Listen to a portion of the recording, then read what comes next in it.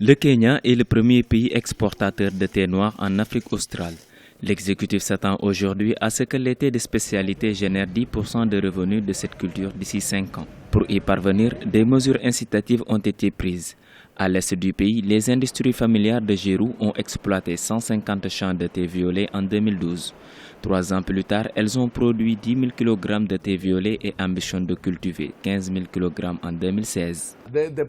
Pour moi, la différence de prix a été un peu difficile parce que nous avons été dans un marché où le prix du kilogramme de thé varie entre 1 et 3 dollars et pourrait même atteindre 3,40 $. J'ai déjà vendu entre 1 dollar et 45 $ le kilogramme et je connais aussi des gens qui ont vendu plus de 70 $ le kilogramme.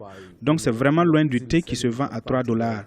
C'est plus qu'un marché de niche et la vente du thé est avantageuse pour les agriculteurs. Les producteurs de thé classiques disposent de 250 hectares. Dans le même temps, les producteurs de thé de spécialité n'ont que de 20 hectares. Sur le marché local et à l'international, les thés de spécialité sont beaucoup demandés et rapportent plus. Je recommanderais aux agriculteurs de planter plus de thé violet car ça sera bénéfique pour eux. Il y a tellement de gens qui aiment le thé au Kenya et nous avons tant de clients qui aimeraient essayer de nouvelles choses. La Chine domine encore la production de thé blanc, mais le Kenya et d'autres producteurs ont depuis quelques années investi sur le secteur.